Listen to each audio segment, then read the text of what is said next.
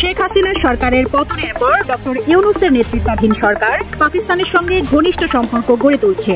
এ সময় ঢাকা ইসলামাবাদের বাণিজ্যিক লেনদেন বেড়েছে এবং কূটনৈতিক যোগাযোগে নতুন মাত্রা যুক্ত। ৫ আগস্ট গণঅভ্যুত্থানের পর থেকেই দূরত্ব স্পষ্ট হচ্ছিল একসময়ের মিত্র বিএনপি জামায়াতের সম্পর্ক। তবে সম্প্রতি শীর্ষ এই দুই দলের দ্বন্দ্ব প্রকাশ হচ্ছে দুই দলের নেতাদের পাল্টাপাল্টি বক্তব্যের মাধ্যমে। এবার বাংলাদেশ জাতীয়তাবাদী দলকে সম্প্রতি বাংলাদেশ ভারত সীমান্তের একটি অংশে কাঁটাতারের বেড়া নির্মাণ নিয়ে কয়েকদিন ধরে উত্তেজনা সৃষ্টি হয়েছিল। জানা গেছে চাঁপাইনবাবগঞ্জ এবং নওগাঁ জেলা সংলগ্ন সীমান্তের ভারতের দিকের অংশে বেড়া নির্মাণ নিয়ে বাংলাদেশ অংশ থেকে বাধা দেয়।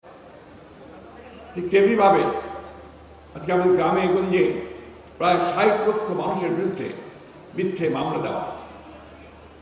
আমাদের প্রায় ৭০০-র মতো বেশি নেতা কর্মী। আসসালামু আলাইকুম দর্শক, নতুন একটি ভিডিওতে আপনাকে স্বাগতম। বাংলাদেশের যে বর্তমান রাজনৈতিক পরিস্থিতি এবং প্রেক্ষাপট সৃষ্টি হয়েছে তারই আলোকে বেশ কয়েকটা গুরুত্বপূর্ণ ভিডিও নিয়ে হাজির হয়েছি, যার কিছুটা অংশ বিশেষ ভিডিওর শুরুতেই দেখছেন। দর্শক, ভিডিওর শুরুটা দেখেই কিন্তু বুঝতে পেরেছেন আজকের নিউজটা কতটা গুরুত্বপূর্ণ হতে চলেছে। তাই বলবো, যারা ভিডিওটি দেখছেন না টেনে সম্পূর্ণ ভিডিওটি মনোযোগ সহকারে দেখতে থাকুন, তাহলে আজকের বিষয়টা বুঝতে পারবেন। দর্শক, এই বিষয়ে আর কিছুই বলবো না, চলুন দেখে আসি আজকের সেই কাঙ্ক্ষিত ভিডিওগুলো। তার আগে বলবো, যারা এখনও চ্যানেলটি সাবস্ক্রাইব করেননি অবশ্যই সাবস্ক্রাইব করে পাশে থাকা বেল বাটনটি অন করে দিবেন। আর যারা ইতিমধ্যে সাবস্ক্রাইব করেছেন তাদেরকে অসংখ্য ধন্যবাদ। তো চলুন দর্শক, ভিডিওতে একটি লাইক দিয়ে ধারাবাহিকভাবে সবগুলো ভিডিও দেখে আসি। শেখ হাসিনা সরকারের পতনের পর ডক্টর ইউনূসের নেতৃত্বাধীন সরকার পাকিস্তানের সঙ্গে ঘনিষ্ঠ সম্পর্ক গড়ে তুলছে। এ সময় ঢাকা ইসলামাবাদের বাণিজ্যিক লেনদেন বেড়েছে এবং কূটনৈতিক যোগাযোগে নতুন মাত্রা যুক্ত হয়েছে। এমন পরিস্থিতিতে বাংলাদেশ ভারতকে পাশ কাটিয়ে পাকিস্তানের সঙ্গে আরও শক্তিশালী সম্পর্ক তৈরির পথে এগোচ্ছে। জুলাইয়ের গণঅভ্যুত্থান শুধু শেখ হাসিনার শাসনামলের অবসান ঘটায়নি, দেশের মানুষের মধ্যে ভারত বিরোধী মনোভাবও বাড়িয়ে তুলেছে। এর মধ্যে পাকিস্তান থেকে এমন একটি খবর এসেছে যা ভারতের ব্যবসায়িক স্বার্থে বড় ধরনের আঘাত হানতে পারে বলে বিশেষজ্ঞরা মনে করছেন। এবার পেঁয়াজের রপ্তানি মূল্য $100 কমানোর ঘোষণা দিয়েছে শাহবাজ শরীফের সরকার, যার ফলে ভারতীয় বাজারেও এর প্রভাব পড়ার শঙ্কা রয়েছে। ক্ষতিগ্রস্ত হতে পারে ভারতের ব্যবসায়ীরা, কারণ পেঁয়াজের উৎপাদন বেড়েছে কিন্তু বাজারে চাহিদা কমে যাওয়ায় ভারতীয় ব্যবসায়ীদের ক্ষতির সংখ্যা বাড়ছে। এই পরিস্থিতিতে বাজার স্থিতিশীল রাখা এবং কৃষকদের স্বার্থ রক্ষা করা মোদী সরকারের জন্য বড় চ্যালেঞ্জ হয়ে দাঁড়িয়েছে। কেউ না বুঝলেও আমরা আপনার প্রয়োজন বুঝি, আর তাই তো অত্যাধুনিক ফিচার সম্বলিত বিভিন্ন সাইজ আর কালারের 250-টিরও বেশি ডিজাইন অপশন নিয়ে ওয়ালটন স্মার্ট ফ্রিজ বোঝে আপনার প্রয়োজন। এদিকে বাংলাদেশের নাগরিকদের জন্য ভিসা ফি মওকুফ করার ঘোষণা দিয়েছে পাকিস্তান, যা দুই দেশের মধ্যে সম্পর্কের এক নতুন অধ্যায় হিসেবে শুরু হচ্ছে। এর মধ্যে পাকিস্তান থেকে কন্টেইনারবাহী 2 জাহাজ সরাসরি পণ্য নিয়ে চট্টগ্রাম বন্দরে এসেছে। এই পদক্ষেপ ইসলামাবাদ ও ঢাকার মধ্যে কূটনৈতিক সম্পর্কের উন্নতি করেছে। বাংলাদেশের জন্য আরও একটি সুখবর হল federation of Pakistan chamber of commerce and industry FPCCI এর 24 সদস্যের প্রতিনিধি দলের 10 জানুয়ারি থেকে 15 জানুয়ারি পর্যন্ত ঢাকায় অবস্থানের খবর। এরই মাঝে একাধিক বৈঠকের কর্মসূচিও রয়েছে তাদের। এর আগে এই সফরকে সফল করতে পাকিস্তানের হাইকমিশন বাংলাদেশের পররাষ্ট্র মন্ত্রণালয়ের সহযোগিতা চেয়ে চিঠি পাঠিয়েছে। পাকিস্তানের আমদানি রপ্তানি বাণিজ্য নিয়ে ইতোমধ্যে বাংলাদেশের ডক্টর ইউনূস সরকারের সঙ্গে কাজ শুরু হয়েছে। এই সফরের সময় দুই দেশের মধ্যে একটি সমঝোতা স্মারক সই হতে পারে, যার মধ্যে চাল আমদানির বিষয়েও আলোচনা হতে পারে।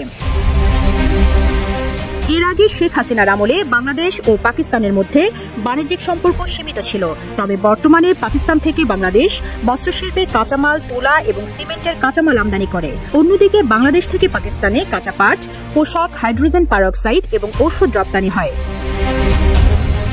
বাণিজ্য মন্ত্রণালয়ের সূত্র অনুযায়ী FPCCI এর সভাপতি আতিফ ইকরাম শেখ এবং সিনিয়র সহসভাপতি সাকিব ফায়াজ মাগুনের নেতৃত্বে প্রতিনিধি দলে আছেন পাকিস্তানের বিভিন্ন খাতের শীর্ষস্থানীয় শিল্পপতি ও ব্যবসায়ীরা। এই সফর বাংলাদেশ ও পাকিস্তানের মধ্যে আরও শক্তিশালী বাণিজ্যিক সম্পর্কের ভিত্তি স্থাপন করবে এবং নতুন সম্ভাবনা তৈরি করবে। 5 আগস্ট গণঅভ্যুত্থানের পর থেকেই দূরত্ব স্পষ্ট হচ্ছিল একসময়ের মিত্র বিএনপি জামায়াতের সম্পর্ক।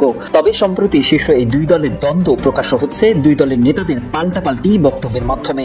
এবার বাংলাদেশ জাতীয়তাবাদী দলকে নিয়ে বিস্ফোরক মন্তব্য করে পোস্ট করেন দেলোয়ার হোসেন সাঈদীর পুত্র মাসুদ সাঈদী, যেটি মুহূর্তেই ভাইরাল হয় সামাজিক যোগাযোগ মাধ্যমে।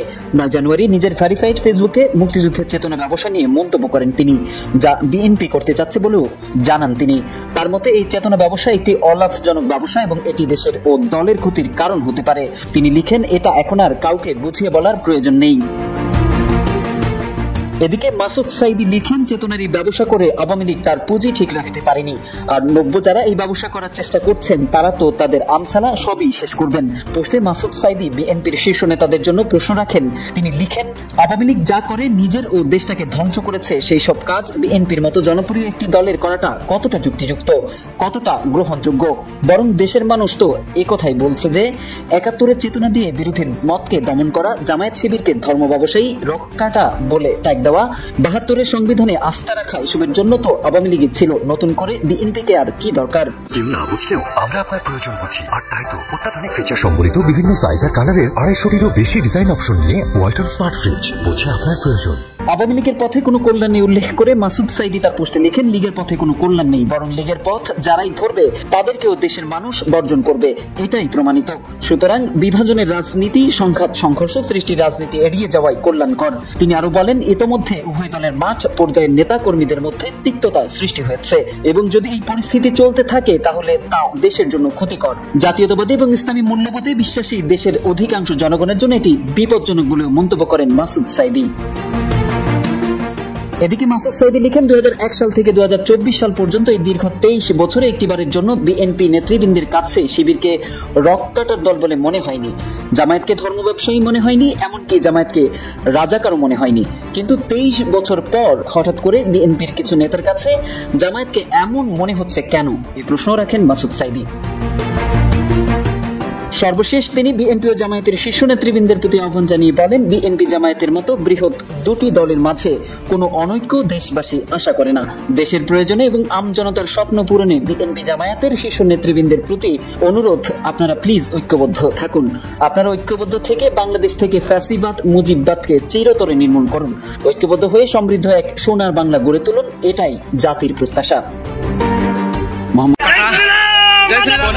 সম্প্রতি বাংলাদেশ ভারত সীমান্তের একটি অংশে কাঁটাতারের বেড়া নির্মাণ নিয়ে কয়েকদিন ধরে উত্তেজনা সৃষ্টি হয়েছিল। জানা গেছে, চাঁপাইনবাবগঞ্জ এবং নওগাঁ জেলা সংলগ্ন সীমান্তের ভারতের দিকের অংশে বেড়া নির্মাণ নিয়ে বাংলাদেশ অংশ থেকে বাধা দেওয়া হয়েছে। এমন পরিস্থিতিতে উত্তেজনা বৃদ্ধি পেয়েছিল বাংলাদেশ ও ভারতের সীমান্তরক্ষীদের মধ্যে।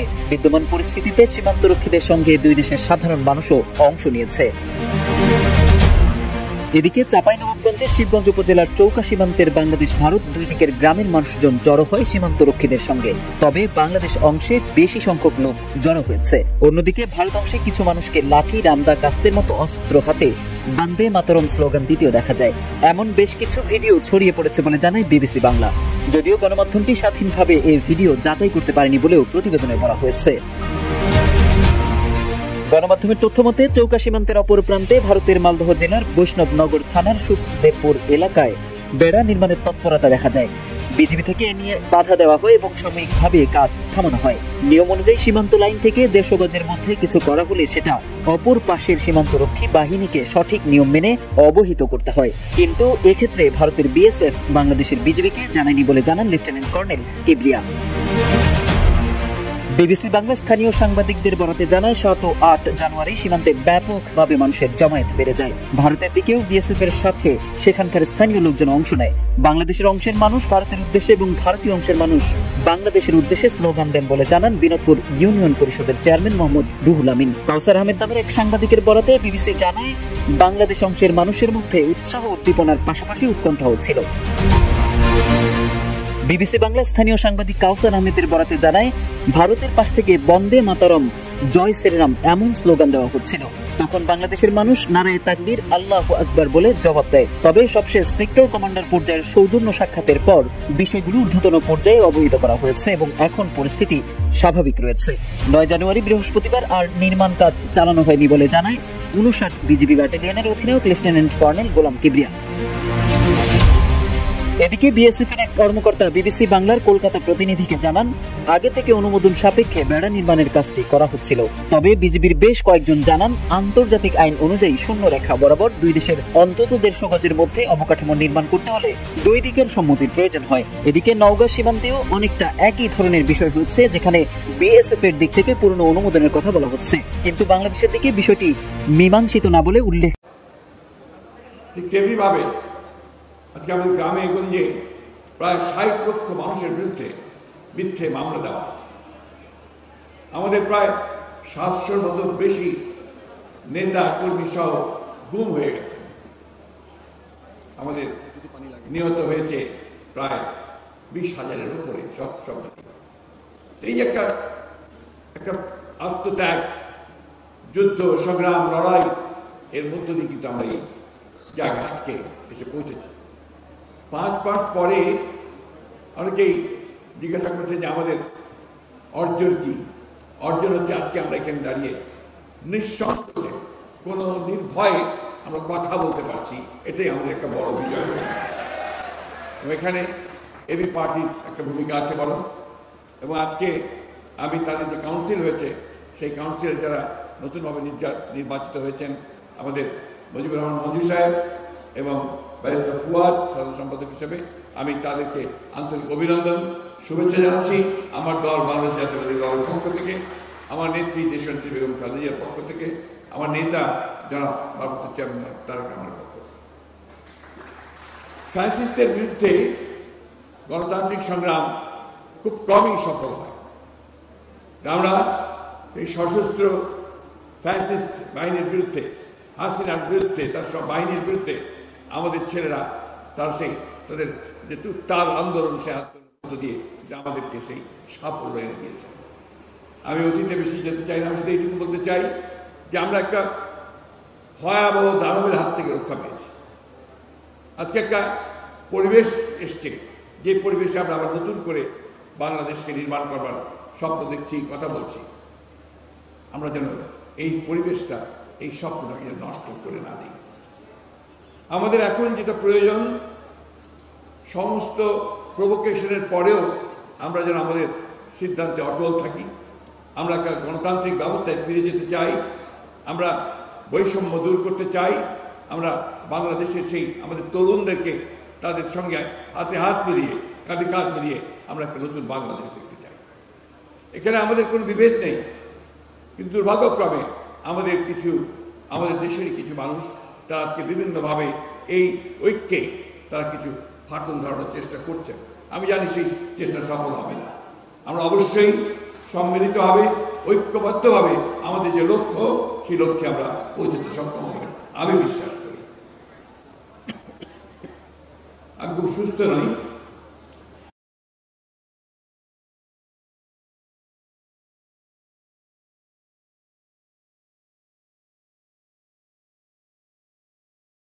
দেখছি সেই স্বপ্নকে বাস্তবায়িত করতে হলে আমাদের কিন্তু একটু ধৈর্য